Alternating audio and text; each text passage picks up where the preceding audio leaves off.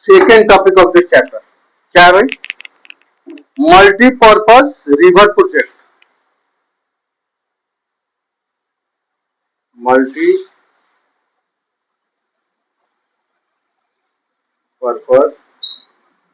River project and integrated water resource management.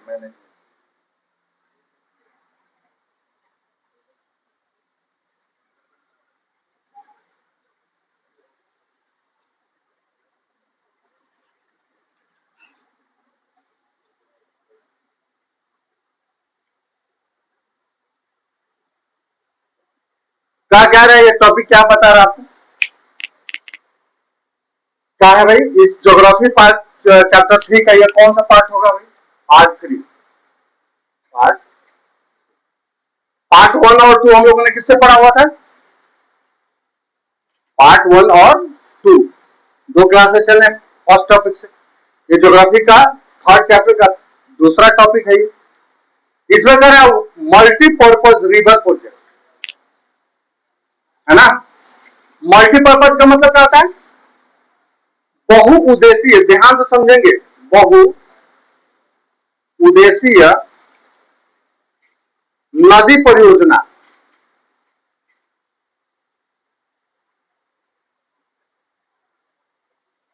And integrated water resource management, और जल प्रबंधन, है ना? और जल प्रबंधन। तो क्वेश्चन यहां पर क्या पूछेगा भाई? पहला ही क्वेश्चन इस टॉपिक का क्या होगा? What is multipurpose river project? Question क्या होगा? व्हाट इज मल्टीपर्पज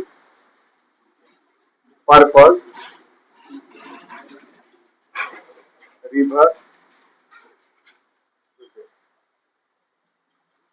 ये आपका क्वेश्चन होगा। कितने लोग समझेंगे इसको, या कितने लोग समझ रहे हैं? इंट्रोडक्शन वाला तो बताया हुआ था। What is multipurpose river project का मतलब क्या है? तो multipurpose river project refers to, ठीक है ना, मल्टीपल वर्क। मल्टीपल वर्क मतलब बहुत तरह के कार्य जो इस प्रोजेक्ट के माध्यम से क्या किए जाते हैं? संपन्न किए जाते हैं। जैसे इसमें क्या क्या हम लोग कर सकते हैं भाई? इरिगेशन, सब कुछ बता चुके हैं। इरिगेशन, और क्या कर सकते हैं? डैम, फ्लड कंट्रोल,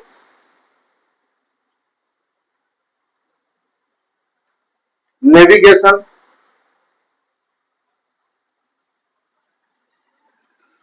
एग्रीकल्चर, है ना, ट्रेड, और सबसे जो इंपॉर्टेंट है वो क्या है? Generate hydro electricity. तो एक तरह के अगर मल्टी नदियों पर क्या किया जाए? बांध बनाया जाता है, और उस बांध से अगर different type of the project will be initiated, so we can say that this project is known as a multi-purpose river project. Clear हो गया आंसर? समझ में आया? मल्टीपर्पज रिवर प्रोजेक्ट क्या कहेंगे? Multipurpose river project is a such project, है ना, which can be aimed, aim मतलब लक्ष्य, to provide a different type of a facility like irrigation, dam, flood control, navigation, irrigation, trade and hydroelectricity generation। ठीक है ना? अब इसको क्या करना है? मैनेजमेंट करना। ये इसका आपको क्या करना है? प्रबंधन। So basically we have to study this things in the particular. Clear है? चलिए ध्यान दीजिए इसको। कहा कि but now we conserve and manage water, but how do we conserve and manage water? Question यहां पर भी, how do we control and manage water. दूसरा क्वेश्चन आ गया, how do we control and manage water. क्या हुआ इसका मतलब? How do we control and manage water, हम पानी का नियंत्रण और प्रबंधन कैसे करेंगे। तो प्रबंधन और नियंत्रण करने के लिए क्या करना पड़ेगा? We have to construct multipurpose river project, है ना। To control and manage water we have to what? Create multipurpose river project. हमको क्या करना पड़ेगा? बहुउद्देशीय नदी परियोजनाओं को बनाएंगे तो हम जल को और उसके प्रबंधन को क्या कर सकते हैं? नियंत्रित कर सकते हैं। ठीक है। तरह की archaeological and historical records. Archaeological समझते हैं? आर्कोलॉजिकल समझते हैं? नहीं समझते? आर्कोलॉजिकल, आर्कोलॉजिकल का मतलब हुआ पूरा तात्विक, पुरातात्विक मतलब पुरातन तत्व जो इतिहास में खुदाई के दौरान क्या किए जाते हैं? पाए जाते हैं। उसके प्रमाण को हम क्या कहते हैं? आर्कोलॉजिकल। और उसके साथ साथ कर रहा है एंड हिस्टोरिकल।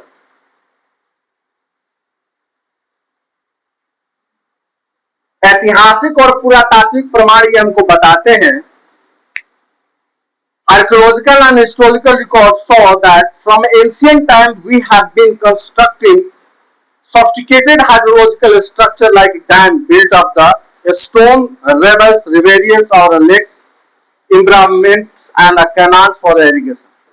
बहुत पहले से ये प्रमाण मिलते आया है कि हम पुरातन सब जमाने से, एंशियंट टाइम से, और एंशियंट टाइम और इतिहास में मिले हुए प्रमाण के आधार पर यह हमें पता चलता है कि बहुत पुराने समय से हम जल का प्रबंधन करते हुए आ रहे। यानी जल को इकट्ठा करके हम लोगों के द्वारा क्या किया जाता था? हमारे पूर्वजों के द्वारा रखा जाता था। किस लिए रखा जाता होगा? कि वो फ्रेश वाटर का कम इस्तेमाल करें और रेन वाटर का और रिवर का क्या करें? ज्यादा इस्तेमाल करें। तो जब हम फ्रेश वाटर को कंजर्व करने, फ्रेश वाटर का, अंडरग्राउंड वाटर का इस्तेमाल क्या करें? बिल्कुल कम कर दें। तो हम लोगों ने क्या कर लिया? कंट्रोल कर लिया। और मैनेजमेंट कैसे करेंगे भाई? तो जब रेन वाटर को हम क्या करेंगे? एक जगह कहीं पॉन्ड्स में, रेबल्स में, पेबल्स में, है ना, इकट्ठा कर लेंगे तो हम उससे अपने इरिगेशन सिस्टम का क्या करते हैं? काम करेंगे। तो उसको हम क्या कहेंगे? मैनेजमेंट करना। ये दोनों का कंट्रोल और मैनेजमेंट का हमको एविडेंस कहां से मिलता है? आर्कोलॉजिकल और हिस्टोरिकल, जिसको हम क्या कहते हैं? Sophisticated hydrological structure.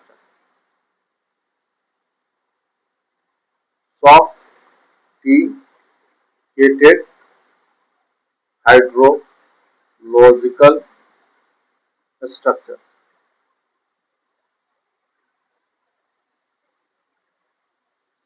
ठीक है। ये सोफिस्टिकेटेड हाइड्रोलॉजिकल स्ट्रक्चर हमको कहां से मिलते हैं प्रमाण? आर्कोलॉजी और हिस्ट्री। यानी पुराने जमाने में भी हमारे जो पूर्वज थे वो बरसात के पानी को, वर्षा के पानी को, ठीक है ना, मिट्टियों से बनाए हुए घेरौंदे में या खुदाई किए हुए झीलों में या पत्थरों से बनाए हुए क्या कहते हैं? झीलों में, वो पानी को क्या करते थे? इकट्ठा करते थे ताकि अंडरग्राउंड वाटर का इस्तेमाल, कुएं के पानी का इस्तेमाल, है ना, इरिगेशन सिस्टम के लिए क्या किया जा सके? कम किया जाए। इस तरह के स्ट्रक्चर जो जलीय आकृति है, इसको क्या कहेंगे? प्राचीन जलीय आकृति। सोफिस्टिकेटेड हाइड्रोलॉजिकल साइकिल का मतलब क्या हुआ? प्राचीन जलीय आकृति। ठीक है। यानी हमारे एंसेस्टर इस तरह के जलीय आकृति का क्या करते थे? इस्तेमाल करते थे और वाटर को कंजर्व और मैनेजमेंट करने का काम किया जाता है। Rivers of the lake embroidered of the canals irrigation. Not surprisingly, we have continued this tradition in a modern India by building dam in most of our river basins. अब देखो, जो हमारे पुराने पूर्वज जो जिस सोफिस्टिकेटेड हाइड्रोलॉजिकल साइकिल का इस्तेमाल करते थे इरिगेशन सिस्टम करने के लिए, वही hydrological cycle, sophisticated hydrological cycle का आज हम भी क्या करते हैं? इस्तेमाल करते हैं, लेकिन उसको हम लोगों ने नाम क्या दे दिया, मल्टीपर्पज प्रोजेक्ट। यही चीज वहां भी है, लेकिन यहाँ पर मिट्टी से घिरौंदा बनाया जाता था, पेबल्स यानी पत्थरों से क्या किया जाता था, घिरौंदा बनाए जाते थे। यहाँ पर सीमेंटेड वाल क्या किया जा रहा है, घेर दिया जा रहा है, और उसमें हम पानी का प्रबंधन कर रहे हैं या कंट्रोल कर रहे हैं। तो जो काम पहले किया जाता था वही काम आज भी किया जा रहा है। तो पहले वाले नाम को हम क्या कहेंगे, सब्स्टिकेटेड हाइड्रोलॉजिकल साइकिल। इसके कुछ प्रमाण भी हम लोगों को बोर्ड पूछता है, एक दो प्रमाण बताइए सब्स्टिकेटेड हाइड्रोलॉजिकल साइकिल का, तभी बताएंगे। यही चीज हम आज कहां पर किस रूप में कर रहे हैं, मल्टीपर्पज रिवर प्रोजेक्ट। अब है हाइड्रोलॉजिकल साइकिल का प्रमाण। Hydrological cycle, hydrological structure in ancient India, प्राचीन भारत में जलीय आकृतियां। देखिए इसमें से 5 बताएंगे, 5 में से कम 2-3 याद रहना चाहिए। पहला कहां पर प्रमाण है भाई, किसकी प्रमाण हमें मान रहे हैं, hydrological structure in ancient India. कहां पर, ये इरेज करें, ये इरेज कर दें।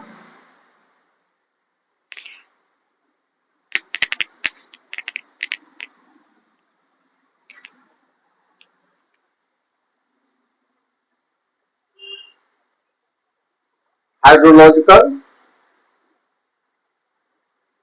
Structure of ancient India.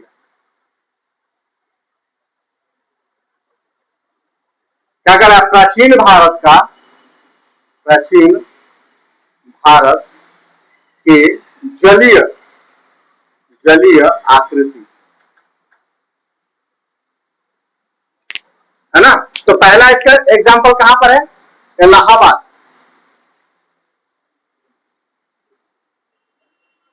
कहां पर है, इलाहाबाद के पास कौन सी जगह है भाई, श्रीरंगबेरपुरा। कौन सा है, श्री रंगबेरपुरा, ठीक है। कहां पर है, इलाहाबाद के नजदीक कौन सी जगह है, श्रीरंगबेरपुरा। वहां पर क्या मिल रहा है भाई, ये कब की बात कर रहा है, in the first century BC. कहां पर, कब, समय कब दे रहा है, फर्स्ट सेंचुरी बीसी, ठीक है। Near Allahabad had a sophisticated water harvesting system. ये किस लिए बनाया जाता है, हार्वेस्ट करने के लिए। हार्वेस्ट मतलब जल को खेतों तक पहुंचाने के लिए। System cleaning the flood water of the Ganga river, खेतों तक जल को पहुंचाने के लिए और गंगा के बाढ़ से बचाने के लिए क्या बनाया गया था, सोफिस्टिकेटेड हाइड्रोलॉजिकल साइकिल का निर्माण किया गया था। कब किया गया था, फर्स्ट बीसी। कहां पर, इलाहाबाद के नजदीक कौन सा जगह है, श्रीरंगबेरपुरा। पहला हो गया। दूसरा कहां पे कर रहा है, during the time of the Chandragupta Maurya.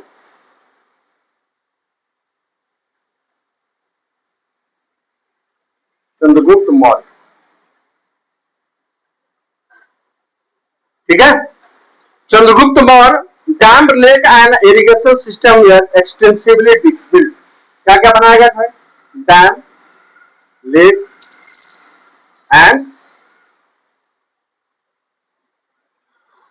Irrigation.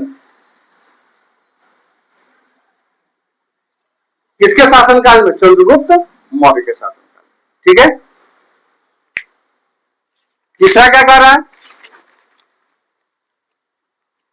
evidence of the sophisticated irrigation work have also been found in the Kalinga Orissa. कलिंगवाद सुना होगा आप लोगों ने, अशोक के द्वारा लड़ा गया था, ठीक है ना।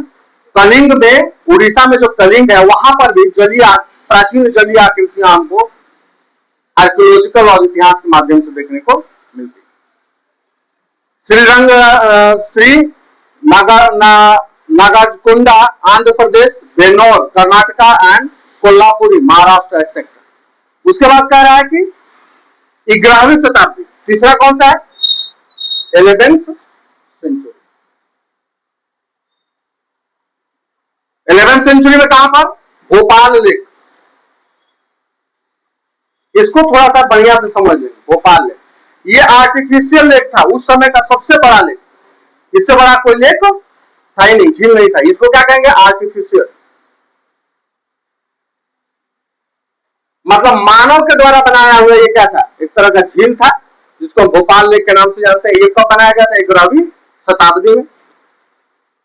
Bhopal lake one of the largest artificial lake at that time was built in, और जो नेक्स्ट लास्ट है वो कह रहा 14th सेंचुरी। चौथा कौन सा है, 14th सेंचुरी। ये किसके द्वारा बनाया गया था, इल्तुतमिश।